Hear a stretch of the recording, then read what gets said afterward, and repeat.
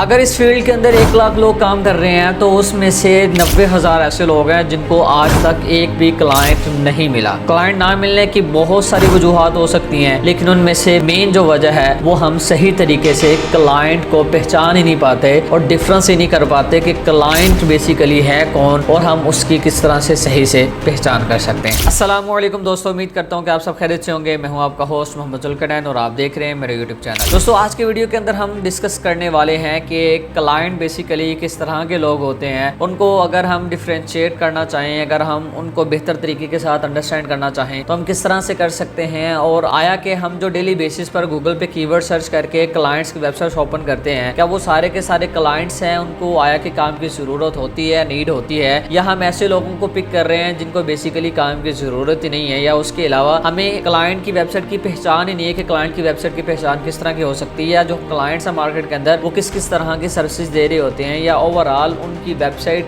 को जब हम ओपन करते हैं तो हम पहली ही फुर्सत में अंडरस्टैंड कर सकें कि ये बंदा वाकई में हमारा क्लाइंट बन सकता है या ये क्लाइंट की वेबसाइट की बजाय ब्लॉगिंग की वेबसाइट है। तो ये सारी की सारी चीज़ें अंडरस्टैंड करने के लिए हम चलते हैं लैपटॉप की स्क्रीन पर और आज के टॉपिक को ब्रीफली अंडरस्टैंड करते हैं ताकि बेहतर तरीके से आपको पता चल सके कि बेसिकली क्लाइंट कौन लोग हैं और इनकी हम किस तरह से शनाख्त कर सकते हैं।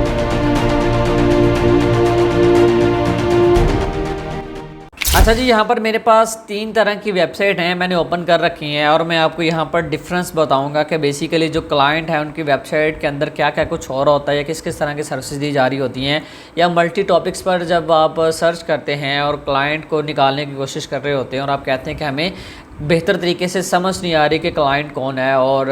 हम आया कि हम इसको पिच कर सकते हैं कि नहीं कर सकते। अगर हम क्लाइंट को फाइंड करने के मामले में सबसे पहले अगर हम बात करते चलें तो सबसे पहले ई कॉमर्स के स्टोर्स आते हैं। ई कॉमर्स के स्टोर के अंदर होता क्या है, बेसिकली ई कॉमर्स के स्टोर में आपको सबसे पहले जो चीज़ें देखने को मिलती हैं वो प्रोडक्ट्स होती हैं। मतलब कि ई कॉमर्स के स्टोर्स के अंदर प्रोडक्ट्स जो सेल हो रही होती हैं, चाहे वो ऑयल हो सकता है, ब्यूटी प्रोडक्ट्स हो सकती हैं, ठीक है, हमारे घरेलू बहुत सारी जो प्रोडक्ट्स हैं डेली बेसिस पर हम यूज़ करते हैं, ठीक है, किचन की बहुत सारी एसेसरीज ओवरऑल बाकी चीज़ें हमें देखने को मिलती हैं जो कि ई कॉमर्स के स्टोर्स पर सेल हो रही होती हैं। तो अब सबसे पहले यहाँ पर मैंने वेबसाइट ओपन की है कि अगर हम इस वेबसाइट पर आते हैं तो बेसिकली जो वेबसाइट है ये ब्यूटी प्रोडक्ट्स का रिलेटेड है और यहाँ पर इस वेबसाइट के अंदर ओवरऑल जितनी भी ब्यूटी प्रोडक्ट्स हैं वो यहाँ पर सेल की जा रही हैं, ठीक है। अगर हम इधर आते हैं तो आप देख सकते हैं प्रोडक्ट्स की लिस्टिंग हो रखी है और डिफरेंट तरह के प्रोडक्ट्स यहाँ पर लगी हुई हैं, सीरम्स यहाँ पर आ रहे हैं और इसके अलावा स्किन केयर के रिलेटेड है, मेकअप है, हेयर के रिलेटेड यहाँ पर बहुत सारे प्रोडक्ट्स हैं। इसी तरह यहाँ पर आप देख सकते हैं बेबीज़ के रिलेटेड बहुत कुछ आ रहा है। जब भी आप एक ऐसी वेबसाइट ओपन करते हैं जहाँ पर आपको इस तरह से प्रोडक्ट्स और साथ में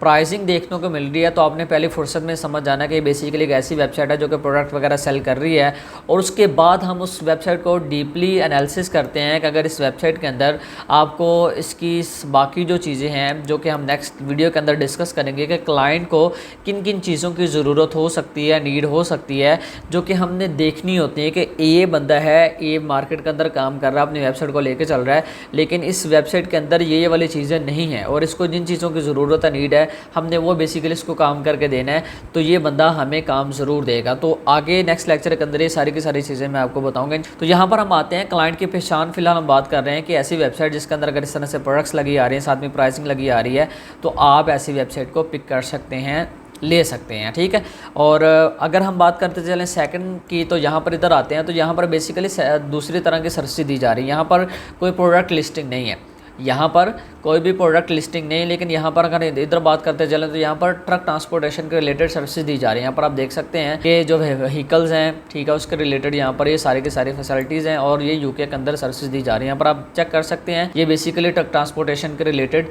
सर्विसेज दी जा रही हैं जो बेसिकली इम्पोर्ट एक्सपोर्ट के अंदर बहुत ज़्यादा यूज़ होते हैं। अब ये सेकंड टर्म आ जाती है जिसके अंदर सर्विसेज आती हैं और सर्विसेज के अंदर होता यह है कि आपको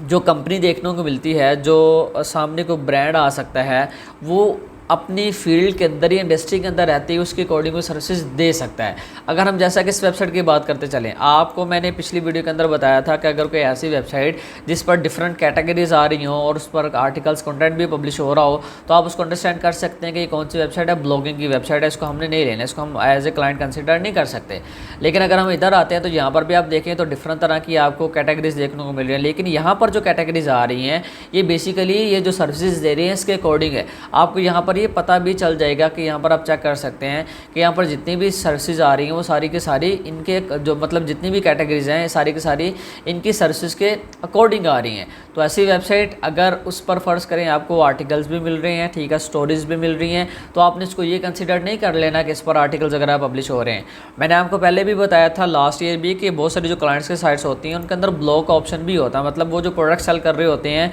या जिस तरह की सर्विसेज दे रहे होते हैं वो अपने बारे में भी मोस्टली लिख रहे होते हैं। तो बहुत सारे लोग इस चीज़ को भी समझ लेते हैं कि यार ये तो ब्लॉग की वेबसाइट है, इस पर हमने ये हमारा क्लाइंट नहीं बन सकता, ठीक है। पिछले लेक्चर के अंदर मैंने एक चीज़ आपको बताई थी कि अगर कोई क्लाइंट की वेबसाइट है जो कि प्रोडक्ट सेल करने के साथ साथ वो कंटेंट लिख भी रहे हैं, तो आपने उनकी अबाउट अस से प्राइवेसी पॉलिसी में या फिर राइट फॉर अस का पेज होता है वहाँ पे आपने चले जाना है। जाने के बाद आप उसको स्टडी कर सकते हैं, गेस्ट पोस्ट अलाउ कर रहे हैं, कंटेंट पब्लिश कर रहे हैं कि नहीं कर ले, तो वो मैंने प्रीवियस लेक्चर के अंदर आपको बता दिया था। लेकिन आज के लेक्चर के अंदर ये चीज़ें मैं आपको क्लाइंट का जस्ट मैं आपको बता रहा हूँ कि क्लाइंट की पहचान किस तरह से कर सकते हैं। अब अगर हम इस वेबसाइट की बात करते चलें तो यहाँ पर ये सारे के सारे क्या कर रहे हैं, सर्विसेज प्रोवाइड कर रहे हैं, ठीक है। यहाँ पर कोई भी आर्टिकल्स ब्लॉग्स वगैरह नहीं आ रहे। अगर हम आगे बढ़ते हैं तो आगे थर्ड नंबर पे जो हमारे पास आती हैं ये बेसिकली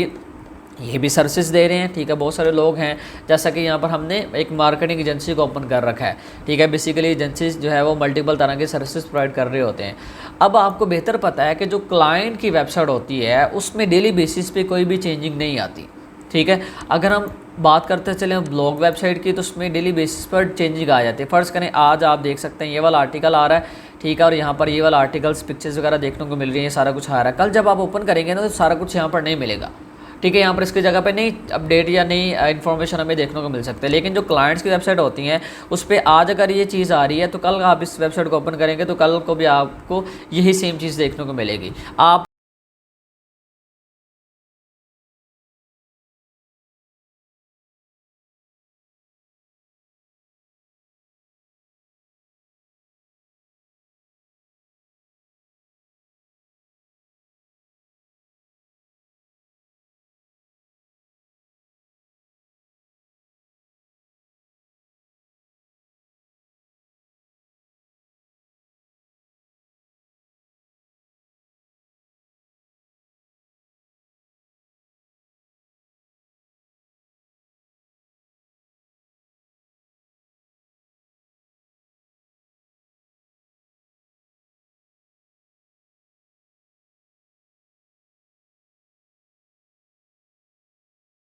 की ज़रूरत बिल्कुल भी नहीं होती, ठीक है। किसको हमने लेना है, अगर हम एसईओ और गेस्ट पोस्टिंग के अकॉर्डिंग बात करें